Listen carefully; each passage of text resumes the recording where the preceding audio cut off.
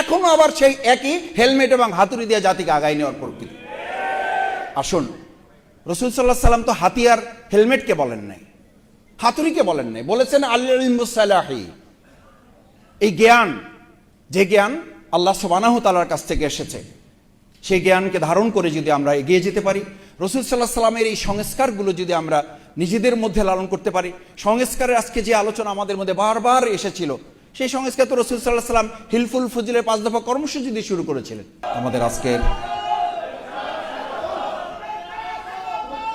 সেমিনারের সম্মানিত প্রধান অতিথি, মহান জাতীয় সংসদের মাননীয় বিরোধী দলীয় নেতা, বিশ্ব ইসলামী আন্দোলনের অন্যতম অগ্রসেনানী, বাংলাদেশ জামাত ইসলামের সম্মানিত আমিরে জামাত ডক্টর শফিকুর রহমান আজকের এই সেমিনারের প্রধান অতিথি আমাদের মাঝে এসে উপস্থিত হয়েছেন। জাতীয় সিরাত উদযাপন কমিটির পক্ষ থেকে আন্তরিক ধন্যবাদ, কৃতজ্ঞতা প্রকাশ করছি। সম্মানিত সুধীমণ্ডলী,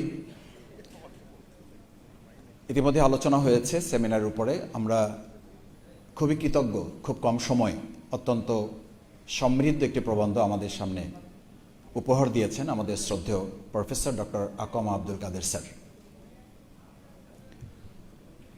আমরা এই সেমিনার এবং প্রবন্ধ যখন আলোচনা করি, আমার মাঝে মধ্যে খুব বিস্ময় লাগে যে প্রিয়নবী মুহাম্মদ রাসূলুল্লাহ সাল্লাল্লাহু আলাইহি ওয়াসাল্লাম, যিনি সেই নবী, একটি দোয়া শুধু আল্লাহর কাছে বাকি রেখেছেন যে তার উম্মার জন্য তিনি সুপারিশ করবেন। সমস্ত নবিয়ান কেরামগণ তাদের দোয়া শেষ করেছেন।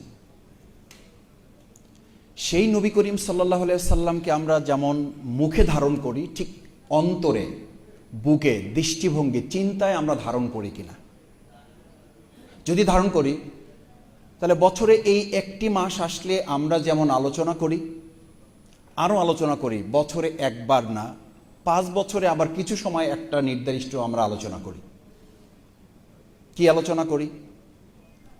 রাসূল করিম সাল্লাল্লাহু আলাইহি সাল্লামের মদিনা সনদের ভিত্তিতে দেশ পরিচালনা হবে। মদিনা সনদের ভিত্তিতে দেশ পরিচালনা হবে বলার পর আবার যখন ইসলামের কোনো বেসিক তুলে ধরা হয়, তখন আমরা আবার তাদের কাছ থেকেই বলতে শুনি যে আমরা আর মধ্যযুগে ফিরে যেতে চাই না। আচ্ছা, আমি একটা কথা বলি, আজকে আধুনিক রাষ্ট্রের প্রবক্তা বা সংস্কারক হিসাবে এখানে প্রবন্ধ উপস্থাপন করা হয়েছে মুহাম্মদুর রাসূলুল্লাহ সাল্লাল্লাহু আলাইহি সাল্লামের। রাসূল করিম সাল্লাল্লাহু আলাইহি সাল্লাম মক্কা থেকে যখন নির্যাতিত অবস্থায় মদিনায় যাবেন, বারবার মক্কার দিকে তাকিয়ে তিনি বলছিলেন, আমার প্রিয় মক্কাবাসী, যদি আল্লাহ সুবহানাহু ওয়া তাআলা শেষ পর্যন্ত নির্দেশ না দিতেন, আমি আপনাদেরকে ছেড়ে এখান থেকে চলে যেতাম না, আমি আবার আসবো আপনাদের কাছে। কিন্তু আজকে তো দেশপ্রেমের কথা শুনলে আমরা দেখি সুযোগে সুযোগে তাদের বাবারা পালিয়েছে, তাদের মেয়েরা পালিয়েছে, এবং এই পালানোর সংস্কৃতি তারা এখন অব্যাহত রেখেছে। আচ্ছা, তো তাদের কাছ থেকে ইসলামের বাইরে গিয়ে আমাদের দেশপ্রেমের সবক নিতে হয় কেন? দেশপ্রেমের সবক নিতে হলে তো প্রিয়নবী মুহাম্মদ রাসূলুল্লাহ সাল্লাল্লাহু আলাইহি সাল্লামের সেই মক্কার দিকে তাকিয়ে চোখের পানি ফেলানোর সবক আগে এই দেশ এবং জাতির সামনে তুলে ধরতে হবে।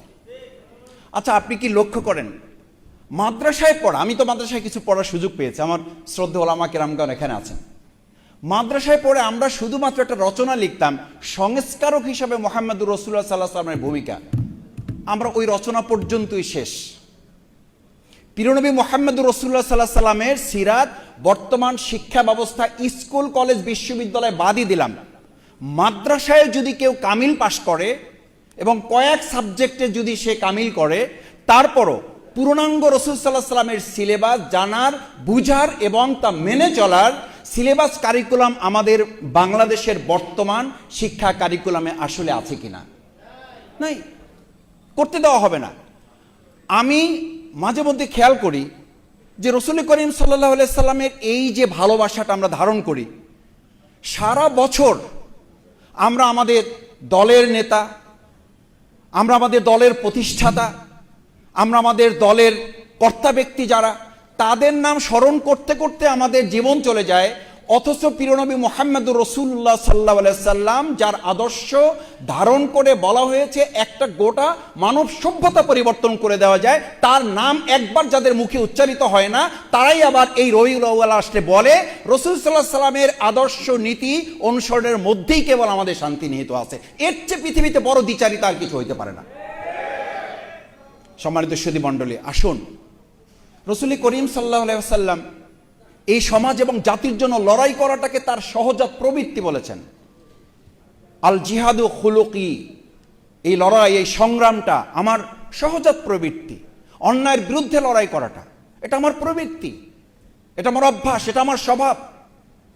আর সবরু হৃদয়, ধৈর্যের সাথে সহনশীলতার সাথে একটা জাতিকে সামনে দিকে এগিয়ে নিয়ে যাওয়া, এটা আমার ভূষণ। আল ইলমু সালাহি, আমার অস্ত্র, আমার হেলমেট, আমার হাতুড়ি, এগুলো আমার অস্ত্র না। আমার অস্ত্র হচ্ছে জ্ঞানের জগতে নিজেদেরকে শানিত করে একটা জাতিকে গোটা পৃথিবীতে মাথা উঁচু করে দাঁড় করানো। সেই প্রতিযোগিতা নাই, আমাদের প্রতিযোগিতা আছে। বিগত দিনে হেলমেট ছিল, হাতুড়ি ছিল, এখনো আবার সেই একই হেলমেট এবং হাতুড়ি দিয়ে জাতিকে আগায় নেওয়ার প্রকৃতি। আসুন, রাসূল সাল্লাল্লাহু আলাইহি সাল্লাম তো হাতিয়ার হেলমেটকে বলেন নাই, হাতুড়িকে বলেন নাই, বলেছেন আল ইলমু সালাহি। এই জ্ঞান, যে জ্ঞান আল্লাহ সুবহানাহু ওয়া তাআলার কাছ থেকে এসেছে, সেই জ্ঞানকে ধারণ করে যদি আমরা এগিয়ে যেতে পারি, রাসূল সাল্লাল্লাহু আলাইহি সাল্লামের এই সংস্কারগুলো যদি আমরা নিজেদের মধ্যে লালন করতে পারি।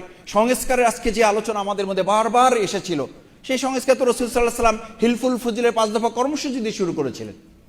সেই 5 দফা কর্মসূচির ভিত্তিতে পরবর্তীতে মুহাম্মদুর রাসূলুল্লাহ সাল্লাল্লাহু আলাইহি সাল্লাম দেখলেন যে মানুষের তৈরি করা চিন্তার সাথে আল্লাহ সুবহানাহু ওয়া তাআলার চিন্তার যতক্ষণ সমন্বয় আনা হবে ততক্ষণ একটা জাতির পরিবর্তন হবে না। তাহলে আজকে আমরা 2008-এ একটা পরিবর্তন লক্ষ্য করেছিলাম, আমরা 2024-এ একটা পরিবর্তনের জন্য আমরা আশা করেছিলাম।